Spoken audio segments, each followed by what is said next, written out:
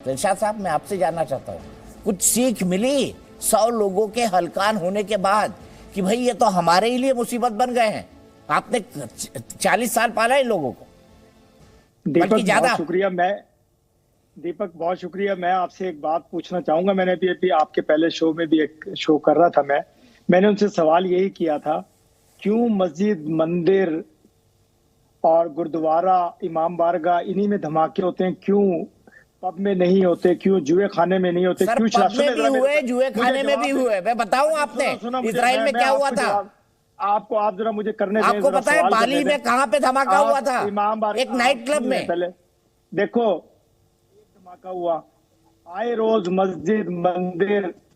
ना मेरे सवाल का जवाब तो दीजिए सर। मैं आपके सवाल का तेल अवीव, जेरूसलम में, तेल अवीव के अंदर जो है कई धमाके हुए पबों के अंदर। देखें, हमेशा से हमारे पाकिस्तान बाली में हुआ, हिंदुस्तान में, बांग्लादेश में, इन काबुल में क्यों होते हैं? इसलिए होते हैं कि इस खिते को बर्बाद किया जाए।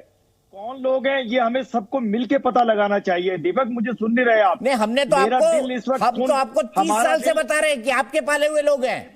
हम तो 30 साल से बता रहे हैं कि आपके पाले हुए लोग हैं।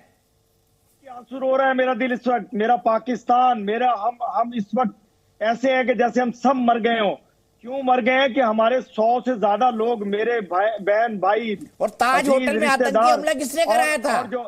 और जो हाफिज सईद और जकीर रहमान मक्की ने, वो भी होटल ही था। देखे फिर आप मुझे चाह रहे हैं कि मैं आपकी तरफ आऊं, कि आपसे कहूं कि आप करवाते हैं मेरे मुल्क के जरिए कलभूषण के जरिए। आप कह रहे हैं ना मंदिर, मस्जिद, गुरुद्वारों में क्यों हमले होते हैं? मैंने आपको बता दिया। मैं आपके यहाँ तो एक स्कूल में भी हमला हुआ था, बच्चों को मार दिया था। दीपक, मुझे सुन नहीं रहे हो आप नेगेटिव की तरफ जा रहे हो। मैं ये कहना चाह रहा हूँ कि आओ सर, आप ले जाओ ना पॉजिटिव की तरफ। मैंने आपको इतने उदाहरण दे दिए, इसका काट बता दीजिए ना। आपके यहाँ स्कूलों में क्यों धमाके हुए? हमारे यहाँ संसद में ताज पर क्यों हमला हुआ? तेल अवीव के अंदर जो है नाइट क्लब में क्यों धमाके हुए? बाली के अंदर जो है एक पार्टी के अंदर क्यों धमाका हुआ? ये भी सब बता दीजिए ना। मंदिर, मस्जिद, गुरुद्वारा तक मत करिए नैरेटिव। ये नैरेटिव झूठा है। अगर आप सुनने की बात नहीं करते तो फिर मैं कहता हूं कि अपने दहशतगर्दों को रोकिए, मत आए मेरी सरहद पार करके। आपके सिखाए हुए लोग, अब मैं फिर इसी तरफ आऊंगा कि आप ही के सिखाए हुए लोग जो काबुल में एक मिनट जब ट्रेनिंग दी, उस वक्त के सिखाए हुए लोग मेरे मुल्क में कभी एपीएस आर्मी पब्लिक स्कूल में कभी कहीं धमाके करते हैं।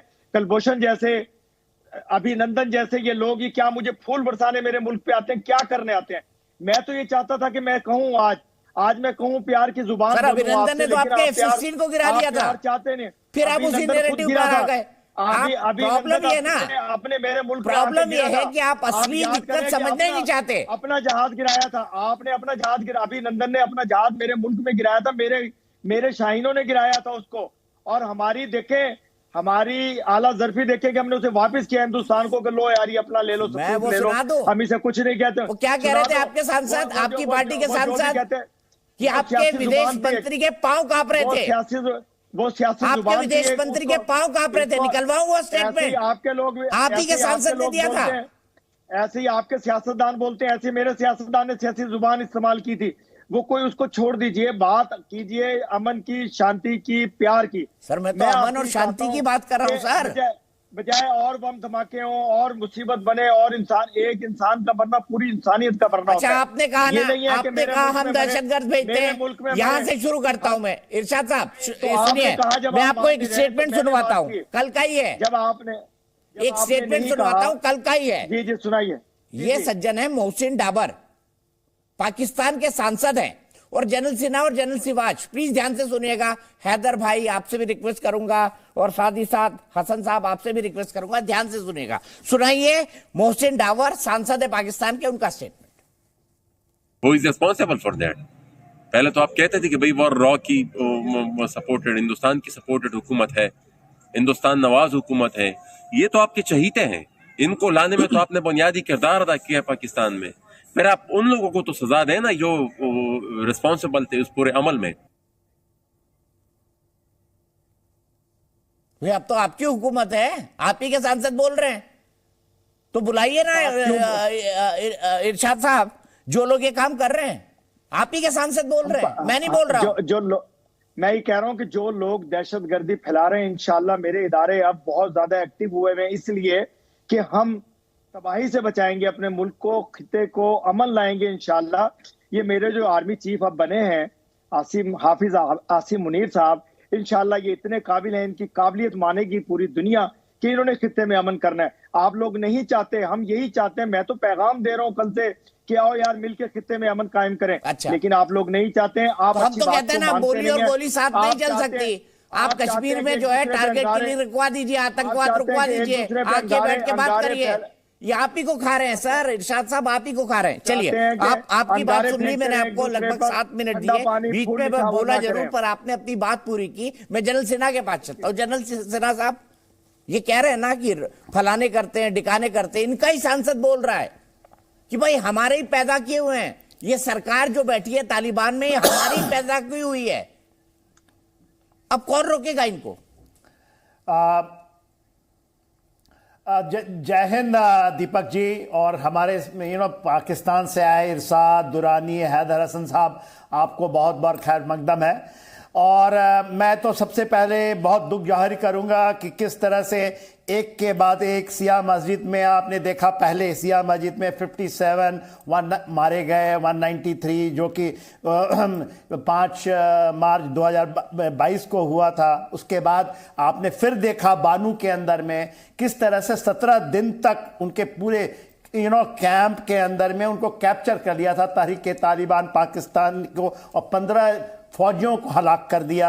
और आप फिर पेशावर में आप देख रहे हैं, और वो कह रहे हैं पेशावर में तहरीक तालिबान के वो सुसाइड बॉम्बर हैं, 95 मारे गए हैं, 100 से ज़्यादा, 150 से ज़्यादा घायल हैं, कुछ अभी भी दबे हुए हैं। तो मैं तो बहुत दुख जाहिर करता हूँ, अल्लाह उनको सुकून दे, उनको शांति दे।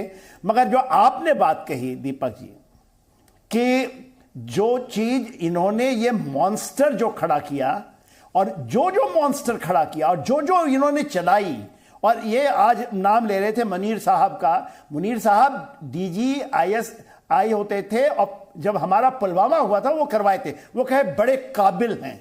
तो जो इरशाद साहब काबिलात बोल रहे थे ना, उस समय वो DGISI थे, और पुलवामा उन्होंने कराया था, और फिर बालाकोट आपने देख लिया।